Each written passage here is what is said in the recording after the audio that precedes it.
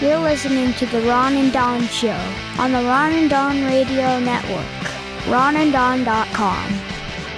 All right, here we come. Look out now. It's the Ron and Don Show, only on the Ron and Don Radio Network, podcast number 21. He's Ron, I'm Don. And don't forget, all this brought to you by our real estate company. That's right, Ron and Don are licensed brokers. You can reach out to Ron. That's Ron Upshaw at Windermere.com or Don O'Neill at Windermere.com. When you think real estate, make sure you think of Ron and Don. Before we get going here, I want to know how much I get paid. You just had me come out and do some yard work on one of your listings, and I was out there for hours in the pouring rain. In the pouring rain, there was some rain happening in the pouring rain. And congratulations, you just sold this amazing home in Ballard. And usually you cut the lawn before you sell the house. I did cut the lawn before I sold the house. For some reason, you and I were out there cutting the lawn after you sold the house. So why was out there pulling weeds and cutting the lawn on a house that is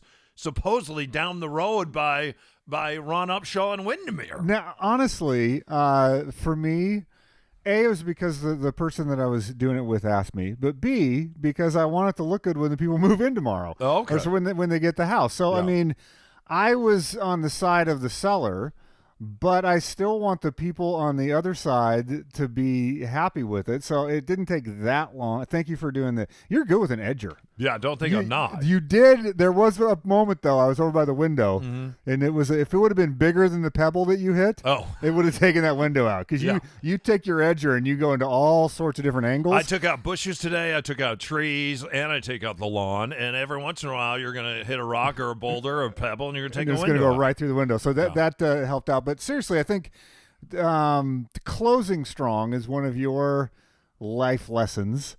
And I think, finishing strong is something that people will notice. So I'm hoping that the other agent that then represented the buyers will see that those buyers will say and go, hey, you know what? These guys went the extra mile at the end when they didn't have to, and that will mean something to them. I know I went the extra mile. Yeah, you did. And do I Pretty good edger. Do I get paid anything for it? What do you charge? Your son does it for $1. Well, I tell you what, I didn't go to, and it kind of takes us to one of the first things I want to ask you about today. I didn't go to USC, and USC is back in the news because we know that Felicity Huffman now is into her second week. She's serving her 13-day sentence for writing a check, her and her husband, her famous husband, for $15,000 to get their two daughters into USC. It was that small? I thought it was more than that. It was only $15,000. We'll get to Lori McLaughlin here in a moment because she wrote a check, her and her husband, her designer husband, for $500,000. But she wrote a check for $15,000. And they say one of the reasons why she's not doing very much time is because she was very contrite. She admitted to it. Her husband was in on it, and he didn't admit to anything. William H. Macy? Yeah. He was there in the initial meeting where they were arranging this payoff. And for whatever reason, he didn't have to do any time, and she did. So she's doing her 13 days. I think she's on day number 8 or day number 9 right now. Part of the paparazzi has a picture of her in her prison garb. Evidently, her family came to see her over the weekend, and they say that she's doing okay. Her daughters now, they're no longer enrolled at USC. That's all that USC will say. They're no longer enrolled. To get into USC, out of all the people that apply to USC, only 13% of the people get in. I don't know what it was back in 1985, but I tried to get in schools like University of Notre Dame and USC. I had no business going there because I couldn't afford to walk in the door. I couldn't even afford the plane ticket to fly to those schools, but I got accepted to USC, and I also got accepted to the University of Notre Dame, and I ended up going to the University of New Mexico and the University of Washington. But nonetheless, to get into one of those schools, to do the work to get in one of those schools, and to do the work specifically to get into USC, it's a mammoth task. And so it seems like... For someone like you. Let me ask you this, though. Do you think the girls were in on it? Because they're acting like they don't know anything about it. Their mom has absolutely taken the bullet on this. Her husband is like, hey, I don't know what you're talking about. I'm off making shameless. Even though that he was on tape and they were involved in this discussion, I think those girls were absolutely positively in on this, and I think Felicity Huffman is guarding her daughters because they are superstars when it comes to Instagram. They are superstars. And what are they called? They're called presenters. Is that right? Influencers. They're called influencers. Influencers, presenters. these girls make a lot of money, and also their parents are pretty well loaded at this time. So financially, I think they're going to be okay. I think the whole family was in on what happened at the University of Southern California. Yeah, and I don't think they probably saw it as a negative. You get what you pay for. And let's not pretend like USC and colleges at large are blameless in this. They have set up a system to do exactly what you just said in a beneficial way. Do you think that when if Bill Gates wanted his kids to go to UW and he just made the Bill and Melinda Gates computer lab, that they're not getting in? Do you think that a booster that, supports the football team and is like, oh, you guys need a new weight room? How about the Don O'Neill Memorial Weight Room? That your son wouldn't make it in? So these things happen all the time where boosters get leaned on, where donors, if you're talking about USC, Notre Dame, Stanford, all those big names, MIT, Boston College, all those ones that have endowments, they lean on alums hard.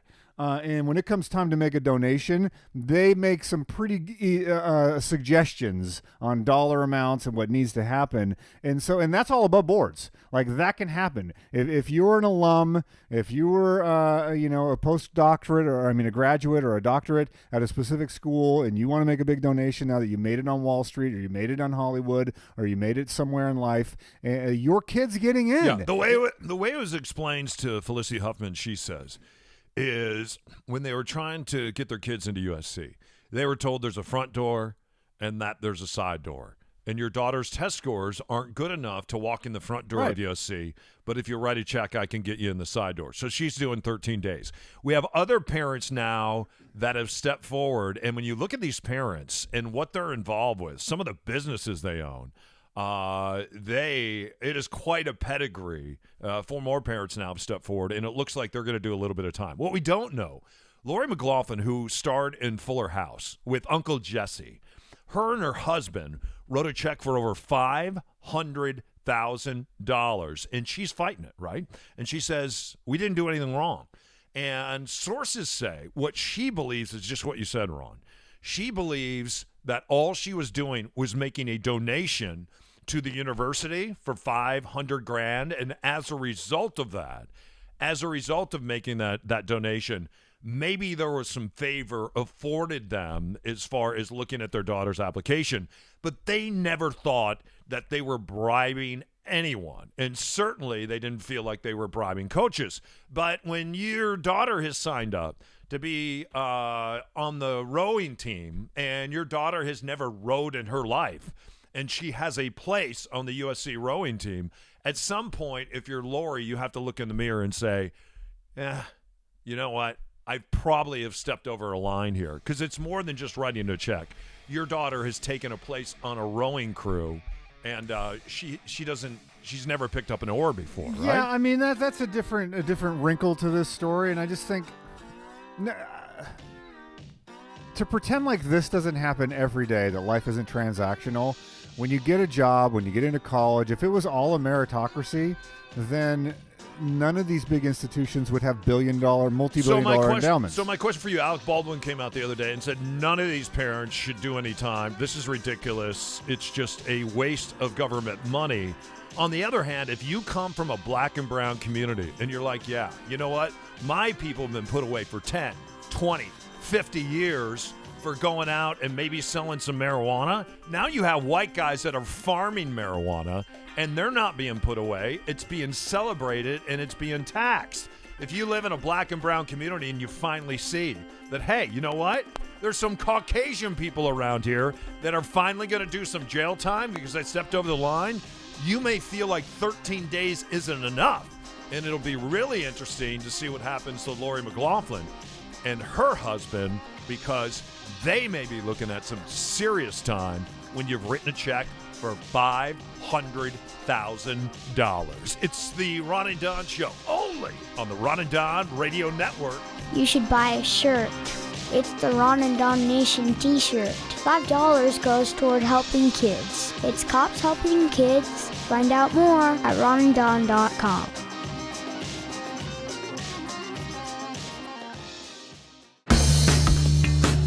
You're listening to my dad's podcast. It's the Ron and Don Show, only on ronanddonradio.com.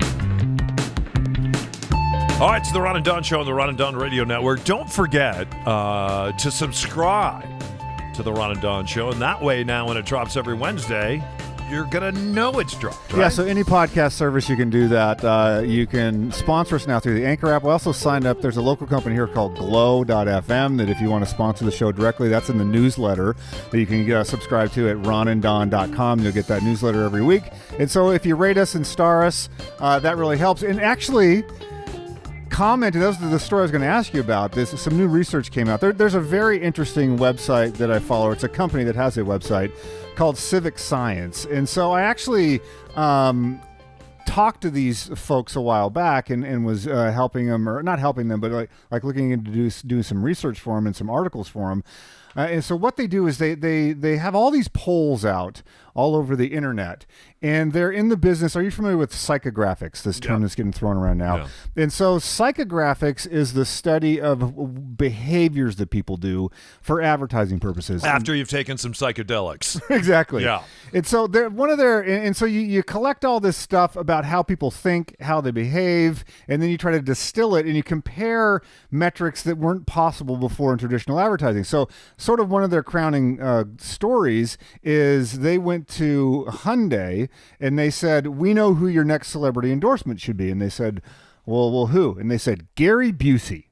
And they went, Gary Busey? Hyundai was like, we're not doing Gary Busey. What are you talking about? Like, we've done, they pulled out all this psychographic stuff and they said, people that are going to buy Hyundais love Gary Busey. So if you hire Gary Busey to be your celebrity, and they're like, how do you know this? And so they showed them all these things and psychographics.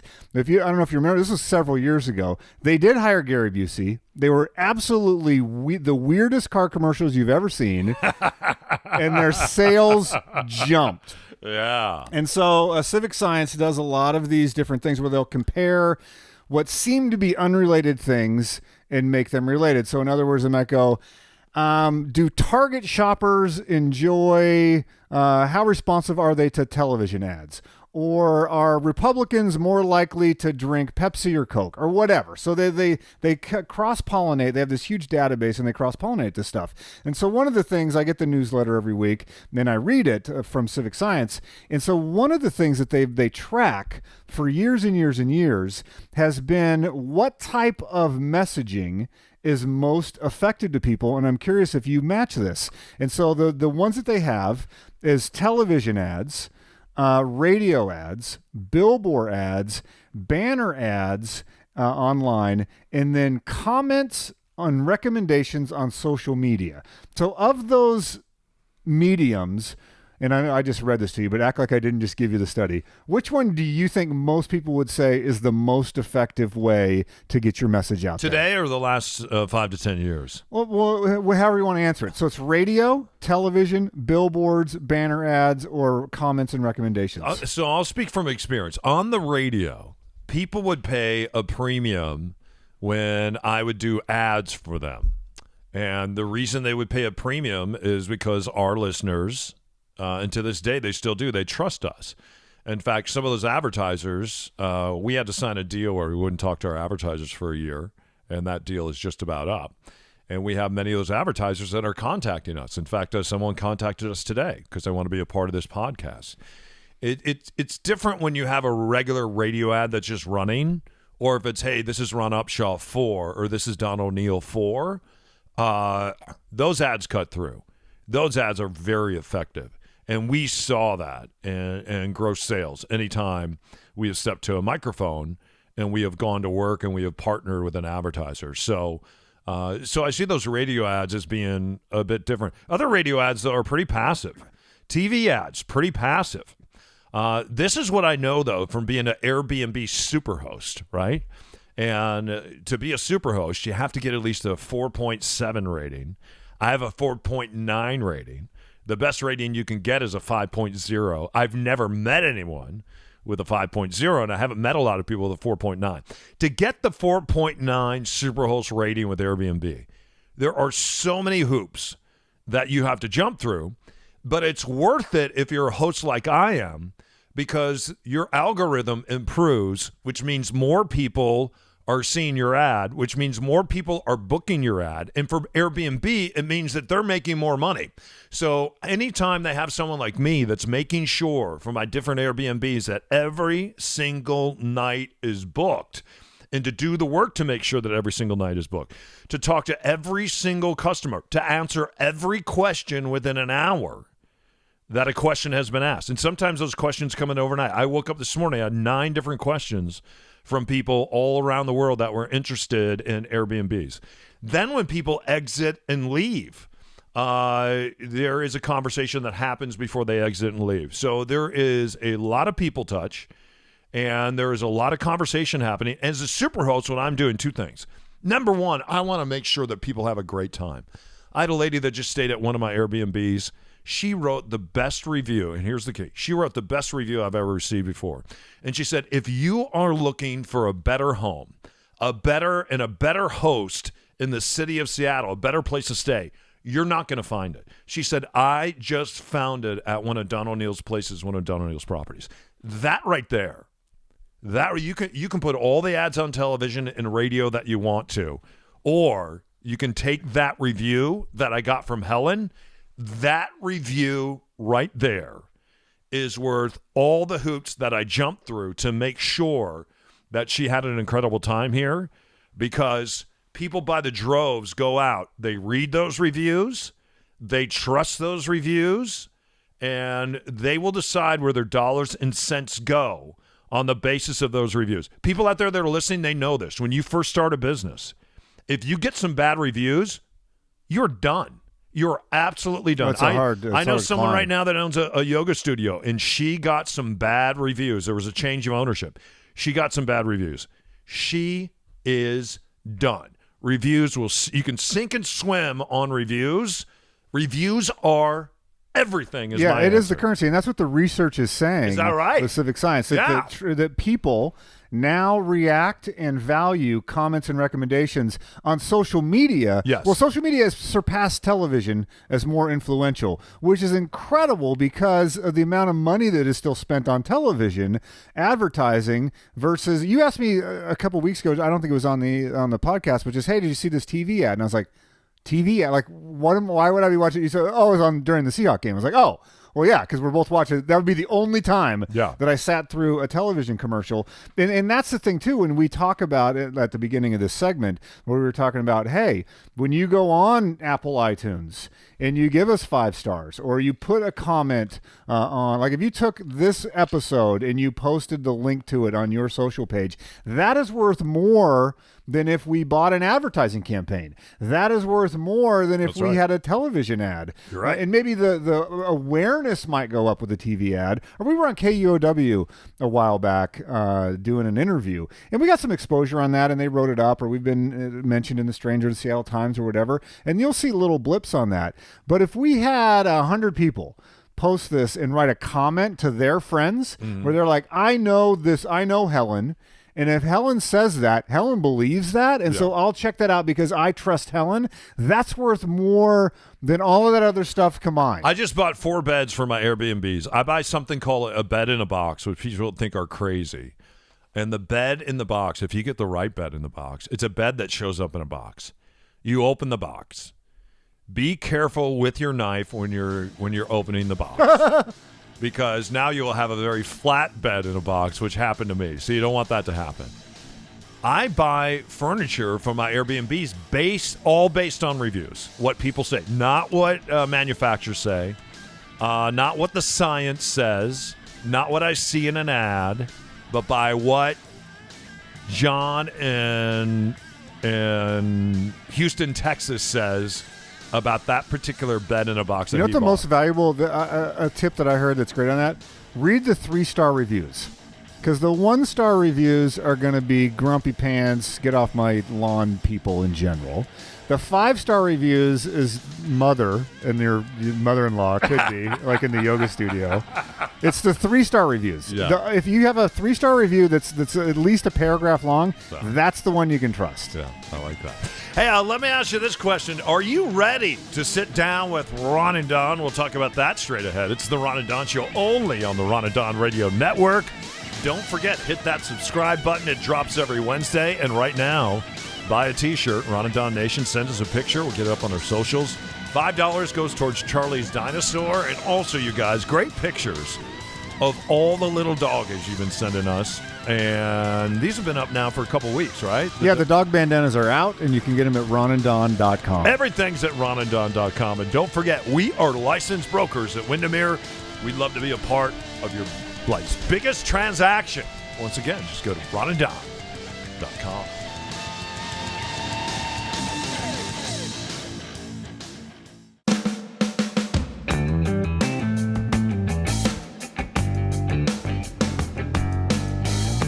All right, how would you like to sit down with us, Ron and Don? We'll talk about that here in a couple of minutes on the Ron and Don Radio Network. You're listening to podcasts, episode number 21. And a lot of people ask us, hey, what happened to you guys on terrestrial radio? Go back to episode number 1, and it's all explained right there. Thanks for stopping by. We appreciate you. So this was very interesting to me. This comes from fastcompany.com. We now work in a building where it's not uncommon to have someone bring their dog by. And you'll see this a lot. Amazon allows this. A lot of places in South Lake Union allow it. The unofficial tech uniform is like a pair of jeans with a fleece or something along those lines. And so Fast Company did a study here, and they said, all right, do people... We think people like a casual workplace, but do they really like the casual workplace?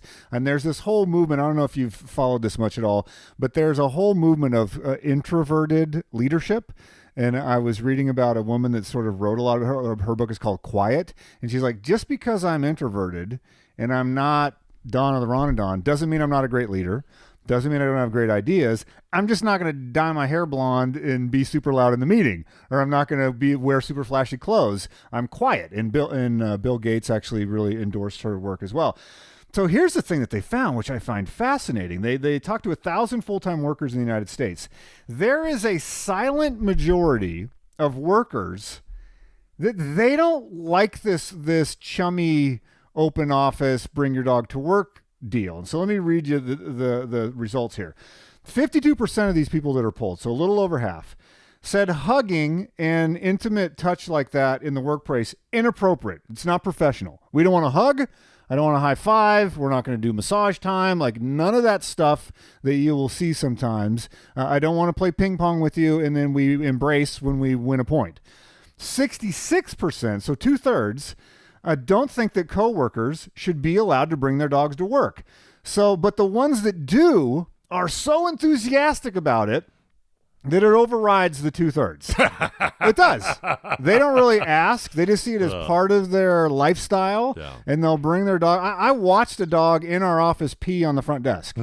And it is a 210-pound dog, so right. It was quite a spectacle. Because some other dog previously, a month ago or whatever, had peed on the front desk, and so they smelt that and they wanted to mark it, so they peed on it. Wow! And the owner, cleaned it up and was good about it. But so 2/3 of the people polled say no bueno on the dogs. Yeah. 63% said athleisure is not a workplace look. Oh, really? We don't want to see your yoga pants. Oh. We don't want to see your flip flops. If you're coming to work, dress for work. And then 63% also said, I don't want you as a Facebook friend. Yeah. We're not Instagram pals. Oh. Because I happen to work 2 cubicles over from you. I want to be able to post stuff on my account if I go on vacation that maybe I don't want my boss and my coworkers to know about. So do you think this is accurate here in Seattle? Because this is not the trend.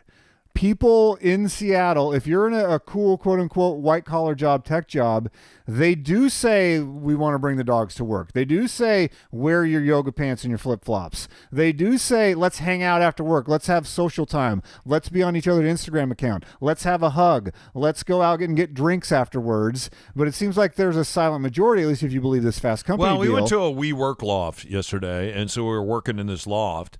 And these are, how would you explain WeWork to people that it's people that are freelancers or that want a place to go to. should It's be an called office. "We ain't doing nothing but drinking coffee"? Because that's what it looked like. I was looking around. I'm like, "Where's the work? I see the we. I don't see the work. I see you over here chit chatting. I see these guys over here putting up an Instagram post. I see these people are having lunch. These guys are having a coffee. These people over here are having a tea party." The only people in there, and I felt out of place, the only people in there with a whiteboard and markers out that were marking that thing, because I walked around, nobody working at WeWork, and it's one of the reasons why that business is failing right now. They are absolutely failing because WeWorking ain't working. And I think there's a backlash right now. I think people want their doors back. I think people want offices with doors, and I think people want to be able to close those doors. And I think people need more time for themselves. And when you just you decide that even we're going to take all these cubicles, all the cubicle farms, and we're going to come out of our silos and all work together, I think statistically it's beginning to prove. When you have moments like that in the day where you get together and you say, you know what, for 90 minutes, we're all going to come together as a group here, and we're going to meet and we're going to work on something, I think that's effective. But when that is your whole day and you don't have a place, you don't have a spot where you can post up, and let's face it, we are all dealing with personal stuff when we're at work. And when you have to get up, leave the building to jump on your phone or go sit in your car because you're talking to Nurse Joan right now because something's going on with your kid at school, or you're dealing with a death in the family, or you're dealing with a divorce, or all the things that we have to deal with when you're actually in a workspace and there's no place for you to go. And I know that they've made little spots now. I know that they've made little spots for people to go where they can jump on their phone. But when you see people in those spots, especially with a manager, you're like, oh my gosh, they're getting fired. Right. Nobody wants to go into those spots because you're like, he's probably on there talking to his girlfriend right now, and I know that guy's married and he's going through a divorce or whatever it is. You feel weird about going into those spots and having conversations. So I think... Do you want to see people's dogs at work, though? You know, I don't, because everybody has different rules about their dogs, right? And everyone thinks they're a good dog. Like, you go to a dog park, and there's people there that think they're a good dog owner while their dog is humping your dog and trying to create other dogs. And you're like, and I've been using that thing that you've told me that, hey, you know, we're in training right now, or just to get people to stop humping my dog right now. Their dog just humping your dog. Yeah. So what about hangout time? What's that? Hangout time. Do you want to hang out after work or go grab a drink? You know, it depends on who it is, but I am not a 9-to-5 person anyway, so I created a life and a lifestyle where I don't have to do that. I don't like going and reporting and having 3 different layers of bosses and then sitting there till 5 o'clock and then leaving. I don't respond real well. You want to go edging in the middle of the day in the rain? Well, what about you? Yeah, we just did that. What about you? Where do you think all this is going? I think there's a backlash to all this I think cool techie I stuff. think it's going to come back to I enjoy going to a workplace where people are not in sweatpants. Like I like our office where it's like, okay, people have blazers on, people are dressed up, they're about their business, and the dog thing I actually kind of like. I bought some treats because I enjoy the dogs, so I'm split on that. I like seeing a dog as long as it's a behaved dog and they're not yelping and barking. But yeah, I think that study's fascinating because we've been led to believe that everybody likes those things when they don't like those things. We were just at work. Tell everybody what you have on. I have a sweatshirt and jeans because I was going to mow the lawn. I knew I was going to mow the lawn afterwards. You know, it sounds like you didn't like yourself at work today. No, I did not. It's the Ron and Don Show, the other Ron and Don Radio Network.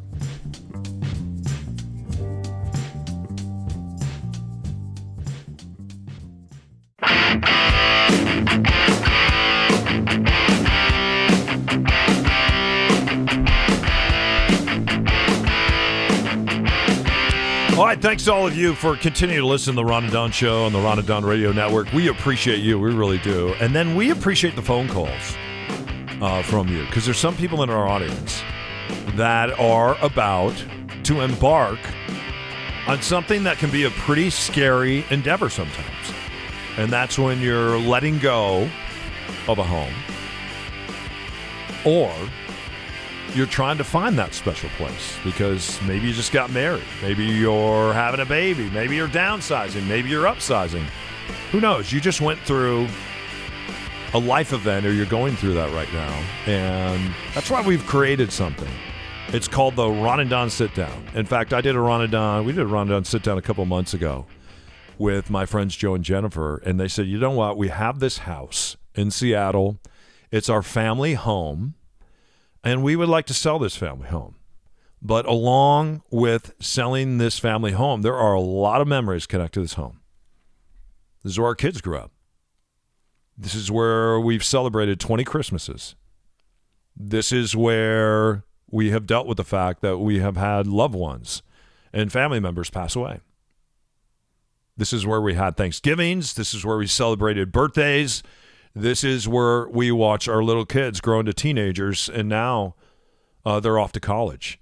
And we don't need a home this big anymore. But it's going to be really hard to let go of this home because it's not just a house. It's been a home to us. And so we sat down and we just figured out a way. And there were tears shed. There were lots of tears that were shed. But we figured out a way to finally let go of that house. And then we embarked on another journey to find another house and to find another home. And a couple months later, that's exactly what we did. So, but I think the thing you're saying that I really like that we're crystallizing is it begins with this Ron and Don sit down where you actually learn the story, you listen to the story, and sometimes the story that you hear on page one is not the actual story. Like, it takes a second to understand that sometimes people are very transactional and it can just be a house that needs to be sold. But sometimes there's all of that other stuff that is a part of that. And if you don't unpack that correctly, and if you don't pay homage to it in a sense and give it its own space to breathe and to sort of live for a moment, then it really doesn't matter what happens in a dollars and cents stuff over here, because it's a hollow shell. You have to acknowledge and pay respect to the process that got you to that sit down. Yeah. I just sat down with my friend Mary, and I said, Mary, I don't think you're ready to sell this house.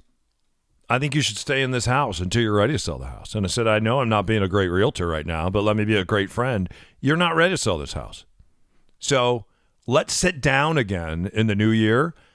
Let's gather a lot of information about this house. Let's see what your house is worth. Let's see what's happening in the neighborhood. Let's look at other houses and other places where you think you might like to live. But you are not ready to stick a yard sign in your front yard yet. You just aren't. And maybe you will in 2020.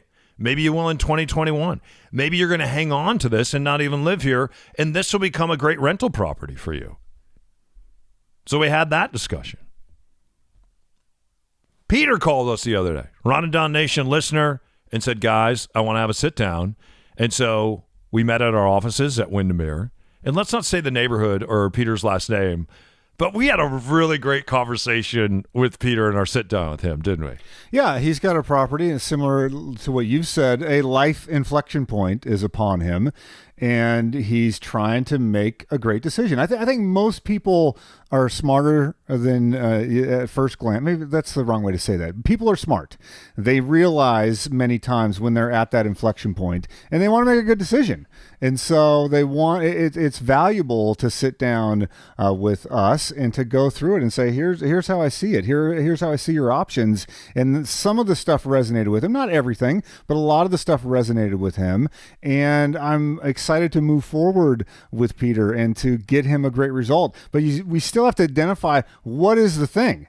What is the thing? Because he has multiple properties, multiple options, multiple things moving in his life. And it's like, what is your move that ticks the boxes? What is that thing? Yeah, we're on a fact-finding mission with him right now. And then we'll make some decisions, and he'll make some decisions down the road. And it's exciting to be a part of that. It's really just exciting to be a part of that. So, Peter, thank you. Joe and Jennifer, thank you. The Patties of the world, thank you. Scott, Mary, Carrie, Ron, all the people that have sat down with us and allowed us to be a part of one of their biggest transactions. And sometimes the transaction is to not do anything. It's to hold fast. It's to gather information. It's to figure out what the next step is. And it's also to not get pushed around. And sometimes people in this business that call themselves realtors and agents, they piss me off because they come in and they push and they push and they push, and then they get their check and then they walk away. And that's not how it works at Windermere Midtown. That's not how Patrick Chin and Tamara Marson work. They don't allow that. We come at you 97 agents strong, selling over $100 million in real estate in the Seattle area a month. And one of the reasons we do that is because they are the very best agents that have been in these neighborhoods 20, 25, 30 years. And they have incredible reputations because they serve people so well. They serve their communities so well. And at the end of it, they get a well-deserved paycheck. And they should. Anyway, if you have a transaction coming up, if you have some questions, if you just want to figure out what a property is worth, or you just want to sit down with us and talk, Ron's a pretty good talker. I'm a pretty good listener. Reach out to us. It's ron@windermere.com, Don O'Neill @windermere.com. Everything is at ronanddon.com. You can also reach out to us on our personal Facebook pages. That's Don O'Neill and Ron Upshaw. And just like we did with Peter last week, we could sit down and we could do a Ron and Don sit down with you. And we would love it. And we'll even have Ron make the coffee. All right? It's the Ron and Don Show, episode number 21. Thank you for stopping by and supporting us. And every time we see you, I tell you what, every time we see you, we are blown away by the love that you have for us and still our connection that we have here in the community. So thank you for that. Keep your head up and your shoulders back. We'll see you here next week on Wednesday for episode number 22. It's the Ron and Don Show, only on the Ron and Don Radio Network. Ron and Don. Ron and Don. Ron and Don. Ron and Don. On the Ron and Don Radio Network, man. Okay, how much do I have to pay you for this? $1.